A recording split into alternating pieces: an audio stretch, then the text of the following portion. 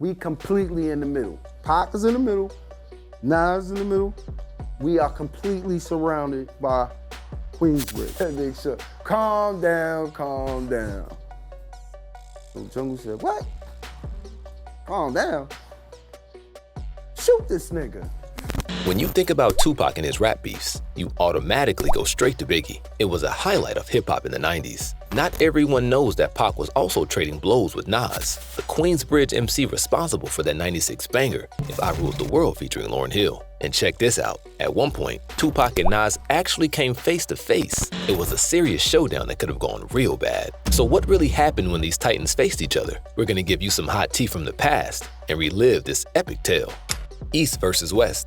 On September 4th, 1996, Tupac arrived in New York City for the 96 MTV Awards. He was attending as both a presenter and a nominee for Best Rap Video, thanks to his chart-topping hit, California Love. The hip-hop industry was in the middle of a media-fueled feud between the East and West Coasts, which escalated further after the release of Tupac's fiery track Hit 'Em Up on June 4th, 1996. Many New York artists were angry with Tupac because he took sides in the rivalry. He even disrespected several prominent New York artists, including Mobb Deep. Nas was enjoying success after the release of It Was Written in July and became one of the leading representatives of New York during that time. Nas was representing Queensbridge to the fullest, so things were getting hot in the city.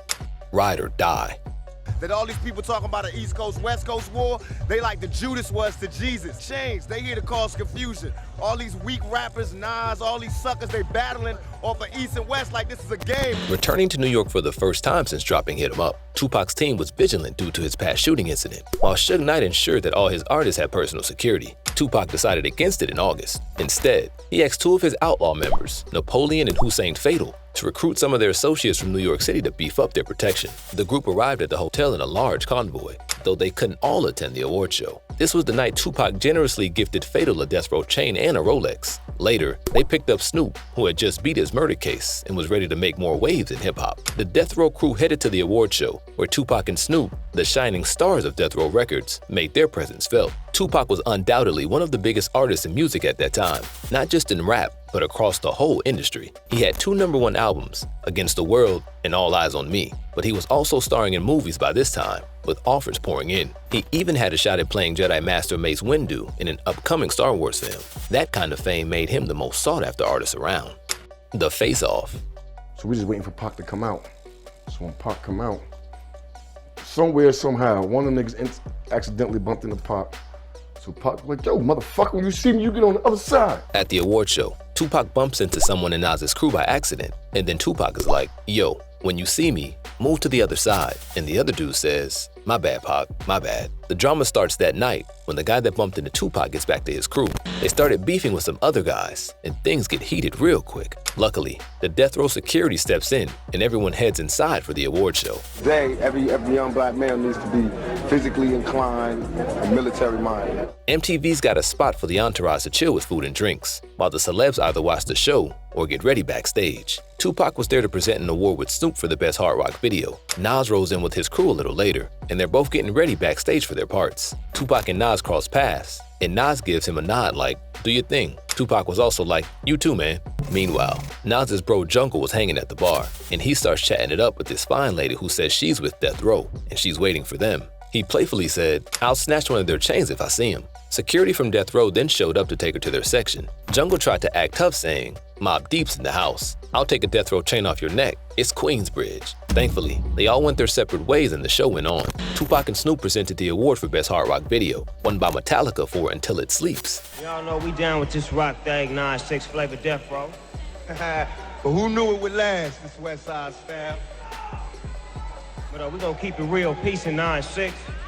Bring on the nominees and the noise. Later, Tupac heard about the drama at the bar and went straight to confront the crew Jungle was with. He asked, who made that threat? Jungle admitted, it was me, man. Queensbridge, baby. Next, Napoleon jumped in and got behind the security. They grabbed Tupac and took him away. Both parties started exchanging words. Then, Suge stepped in to cool things down and get his boys. After this, both parties went their separate ways. Now, Nas is done with his performance and sees the aftermath as Jungle tells him what's happened. Jungle told him Tupac's crew was about to jump off. There's no problem, there ain't nothing but opportunity, and the opportunity is overthrow the government y'all got right now, which is Bad Boy and Nas and all that bullshit, and we will bring a new government here that will feed every person in New York. Tupac's California Love video was nominated for the Best Rap Video against Doing It by Coolio's Gangsta Paradise and Bone Thugs and Harmony's The Crossroads. Unfortunately, Tupac didn't walk away as a winner that night, with the award going to Coolio. You lost Best Rap Video. You'd all disappointed about that? Oh no, I didn't lose, see, because I sold 6.5 million copies, so I won. On the way out, Tupac meets with Eric B. and talks to him about how they're establishing a new label called Death Row East, and his One Nation album focused on unifying everyone to show there's no real East or West Coast beef. Everybody liked it and wanted to leave with Pac and planned to meet up at the after party. The award show finally came to an end, and Tupac and Snoop sat down for an interview on the way out. Finally done with the roles at the award show, Death Row gets back into the limo and heads to their hotel. So we pull up to the hotel, these niggas is outside, like, Pac, like, fam, Fado, I told you to bring niggas, but what the fuck? He said, yo, now we have to go to the after party, because we wasn't really gonna go. Arriving back at the hotel, while the rest of the 100 Jersey goons were waiting, Tupac was surprised how many people Fado brought with him. With such a big group, there were limited options for transportation, and the after party was just a few blocks from their hotel. Tupac decided for everyone to walk, and everyone then lined up behind him, with Tupac leading the way. On the way, while walking down the New York streets, they were giving money to fans and poor people. The event was at Bryant Park in Manhattan, which is a big area. So we get to Bryant Park, right? Y'all got about 150 people or more. How many people was with Nas? I give them about 6. They come in, I'm like, damn, I'm still baffled over how deep they is. I'm like, damn, man, I gotta even get in here like this.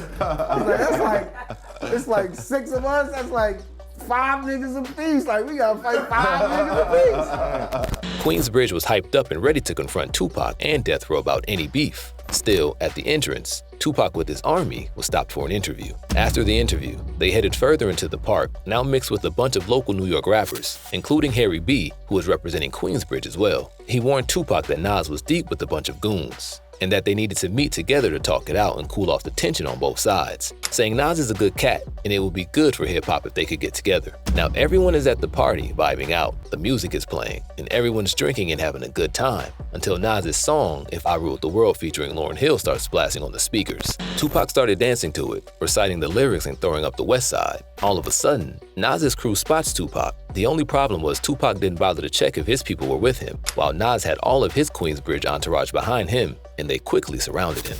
He never saw them separate, because Pac kept walking. They still stood there. Pac is walking toward us by himself. So Nas grabbed him up under his arm and said, yo, let me holler at you. And that's when we all kind of surrounded him. Just shoot that nigga.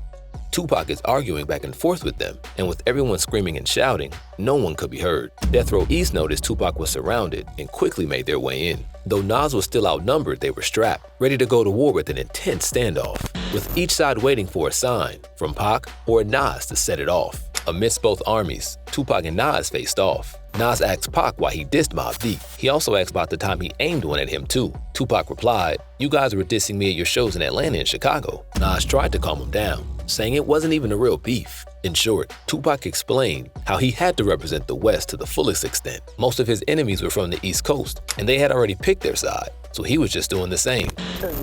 Calm down, calm down. Jungle said, what? Calm down.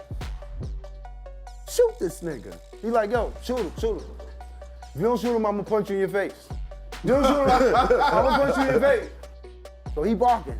So Suge like, nah, calm him down. So I swear, that's a suicide mission. That's all that was. Right. You know what I'm saying? Because when Son pulled out the gun, one of his bodyguards was like, I don't think you want to do that. Suge Knight stepped in to de-escalate the situation, telling everyone to chill out. Jungle seemed unsure and urged one of his buddies to pull out a gun, but Suge's security intervened, warning, I don't think that's a good idea. Nas's crew was getting impatient, ready to start popping off. The tension was high, and it looked like things could get ugly. Nas stepped up and told everyone to calm down. Tupac managed to hush his people so he could talk. He addressed Nas and his crew, saying that they needed to come together and make some money. When I seen y'all niggas, the very first time I ever met y'all niggas, I told y'all I loved y'all.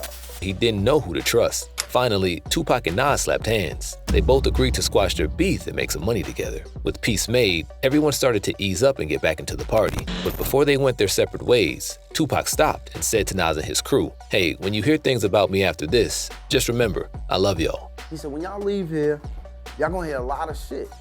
He said, just remember, I love y'all niggas. That's his last words to us. And I thought that was ill because he said, just remember. You know what I'm saying? Yeah. The just remember part fucked me up after what happened. I was like, oh shit. And then I started to believe, like, them niggas set that shit up. Like, this nigga ain't. This altercation could have gone sideways real fast, and both crews were ready to go to the full extent. It's crazy how Tupac foreshadows his demise when he tells Queensbridge, "When you hear things about me after." This led some to believe that he may have actually planned his death. Either way, a few days after this, Tupac would be gone, and only his music would remain. In the end, what started off as a heated face-off ultimately led to a surprising and unexpected resolution. Cooler heads prevailed, chose to put their differences aside, and focus on making money together. Let us know what you think in the comments, and make sure to check out our other videos on Suge Knight. Until the next one, stay blessed.